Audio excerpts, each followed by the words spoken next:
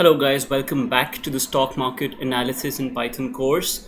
In this particular lesson, what we're going to do is start with our first trading strategy based on the simple moving average crossover. Let's just switch to Jupyter Notebooks, and I'm going to take you through each and every step that we take in this process. And the basic idea behind a moving average crossover strategy is basically a fast and a slow signal. Now we'll consider a 10 days moving simple moving average to be our faster signal and a 30 days moving average to be our slow signal. So what happens is, the lesser the time frame of the moving average, the more receptive it is to the current prices of the market. Now, what we'll do is, if the 10-day moving average is above the 30-day moving average, it means that the stocks have a bullish trend, and we would like to ride that bullish trend and gain as much as we can by buying stocks. Whereas if the 10-day moving average is lower than the 30-day moving average, it means that there's a bearish trend in the stock and we'd like to short that particular stock. Now, I'm going to call it an SMA crossover trading strategy.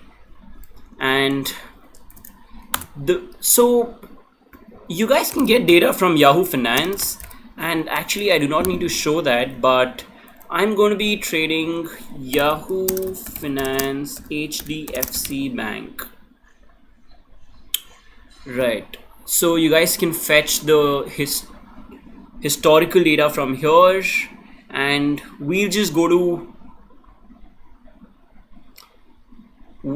so we want a daily frequency. We also want last 1 year's data, but it's better if you guys just have a leeway by a 2-month time frame, because you'll know why. So it's preferable to keep a 1 year, 2 month or 3 months window and download the data from here, save it on your system, and then we're going to start with it. So we'll quickly just import pandas as PD, and we're also going to be needing matplotlib for a couple of visualizations. Now I only need pyplot from matplotlib for now, and I also want matplotlib to be inline. So what it does is it just prints your charts in the same window instead of opening another browser window. Right, now I'm going to be calling my data frame as df, and this is what, okay, let me quickly see what my, so HDFC Bank .ns 1y .csv. This is my file. I also want my index call to be 0, and I want a quick look at my data frame. So this is the index column: 2019 19, 2019 110, 2019 111, 114, and so on. Open, high, low, close, adjusted close, volume. Alright guys, so this is based on a simple moving average strategy, and I do not really need my OHLC and volume data. So I'm going to quickly so required columns is equal to only adjusted close in this case, and df is equal to df required call and df dot head. Right, so this is what we have. Now this data already seems to be arranged in the right chronological order that I want it to be, but in case it's not, guys, you guys can just sort it by date, and do let me know in the comment section if that's a problem, because pandas is not really great. I don't know why Python is not so great with very easy date and time manipulations. but it should be fine for now. And we're going to be starting with some data munging here. Now, okay, so the first step would obviously be to calculate simple moving average. So required columns this, just close. I also want to do one more thing before this, and that is df price is equal to df adj close, because I do not want any of these things to be altering my main data. So this should be fine, and I'm going to change this to price, but I'm going to have to run this bit of code again. So required column is now price, and price goes above this. So this should be fine. This is what we have. Now I want to define my, so this I wanted to do this because I want to have a standard label for the column that I'll be using for my moving averages, because sometimes when you download data from different sources, you may not have adjusted close as the label, and you don't want to be changing that in every place on your code. So which is why it's just better to change that in the first place and then do all your manipulations based on the new label, which is price in this case. So there's a function in Python that calculates the moving average directly. So I'm just going to use that, and df price dot rolling. So rolling is for simple moving averages, and this is the SMA 10. So rolling 10, I want the average, so mean, and I'm going to copy paste this, call it SMA 30.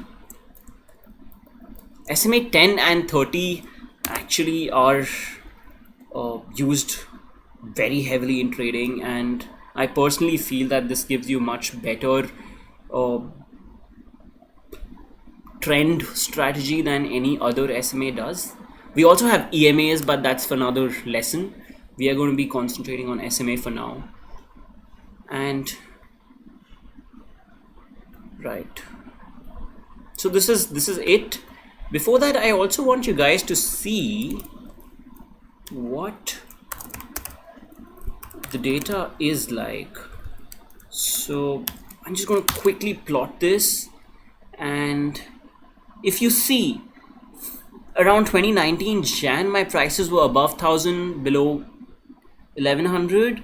There was a bit of fluctuation, but there was a clear uptrend, and the data and the stock prices were definitely going up. Something had happened here, so it fell from 1250 to 1050 or 1100, but then again it rose to close to 300, 1300. This is all in INR, so 1300 bucks. Then there was a steep decline, and this sharp fall is probably because of COVID-19, the effects of which were seen on the Indian markets in March 2020, and this seems to be around April, and this is when April, or rather May, April end, I'd say, and then it's again going up. But we want to see how much money we would have made in this 1 year had we actually made use of the trading strategy, the crossover SMA, simple moving average crossover trading strategy. So let's take a quick look at DF.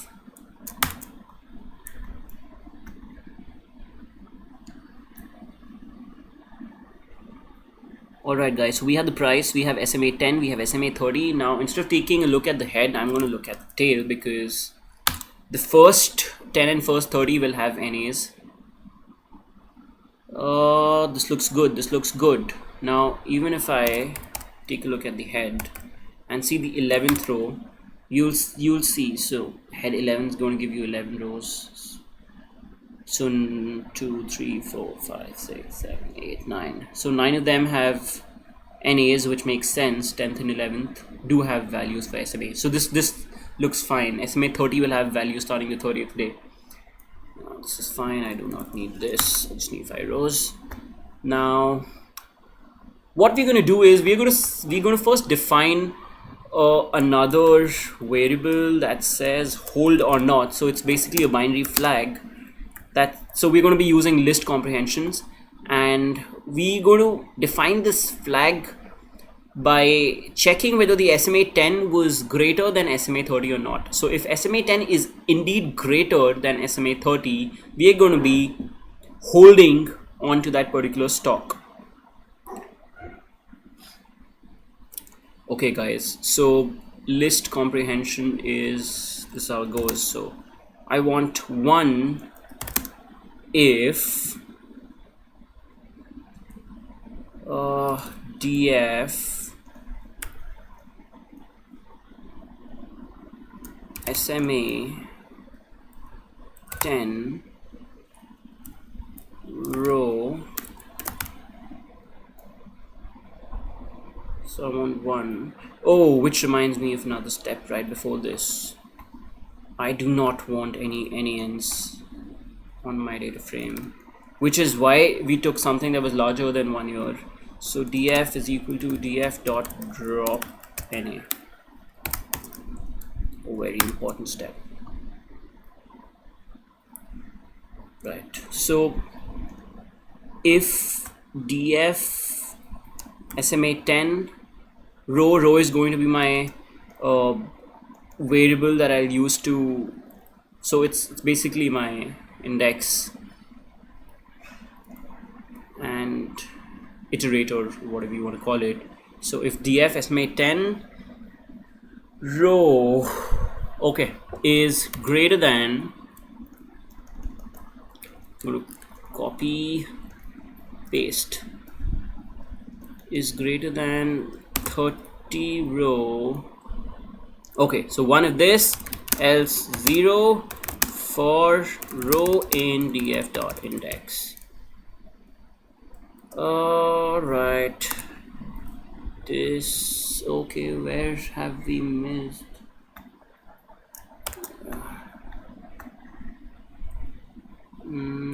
Yep, df dot head for a quick look. Perfect guys. So SMA 10 is greater than SMA 30. Yes it is. So I'm going to be holding on to the stock here. Also hold. Now SMA 10 is indeed greater. SMA 10 is lower, 48 and 0.93, which in this case it becomes 0. So basically I hold 1 share. Let's say I have 1 share, so I'm holding 1 share in this case, holding it, but here I've sold it, which is why it becomes 0. Now I've sold it because I know that my current market trend, the more receptive and the faster signal, is saying that there's a bearish trend. Okay, so we have the hold value. What we also want is profit value. Now we might do a couple of forths and backs here, but that should be fine. Now I want to define profit as my price. Okay, so on 2nd, okay, not 2nd, on 20th Feb, my profit would be actually nothing, but the previous days. Okay, so what would I want here? Profit is something that I buy today and I see that the next day the price actually went up. So the next day's price minus today's price is going to be the profit. So let's quickly define another column called next price. So next price is equal to df price dot shift minus 1. Oh, not shit, it's shift. I'm also quickly going to see what my df looks like. So perfect 1049136 perfect, but looks like here's a huge loss, which should be fine because always remember the law of large numbers in the long. So you cannot just pick 2 days and then say, oh, I've incurred such a huge loss, this means that this trading strategy doesn't work. Well, that's not true, because you've got to have enough number of trades done and for a good enough time frame to be able to accept or reject your hypothesis, in this case the trading strategy. All right, so now I want to define my profit as list comprehension, and this is going to be 0 if df hold. I'm again going to be making use of row. So if this is equal to 0, if I'm not holding this stock, my profit is 0 for that. So this profit is for each day, and the profit column is going to be corresponding to the profit for a given day. Remember that. Okay. Else, so if my hold is 0, then I do not make a profit or loss that day, so it becomes 0. Else my profit or loss is going to be df hold row. So not hold, df price row, df price row, and df next price next. So it's going to be next price row minus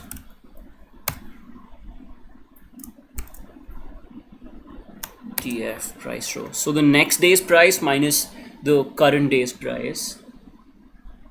All right, for row in df.index, and I need a quick look at my data set. Yes, so you see $3, you see $3 and profit, $12 loss, $16 profit, $7 loss. But I'm going to plot df profit to see what actually my profit is like. Okay, so as you can see, that on a lot of days there's profit, but on a lot of days there's loss as well. Recently there's been some sharp fall again because of COVID-19, but okay, let's see. So this is our daily profit. What we also want to know is what our entire wealth is in this particular case, and we do that in the next video, guys. Thank you for watching this. See you in the next one.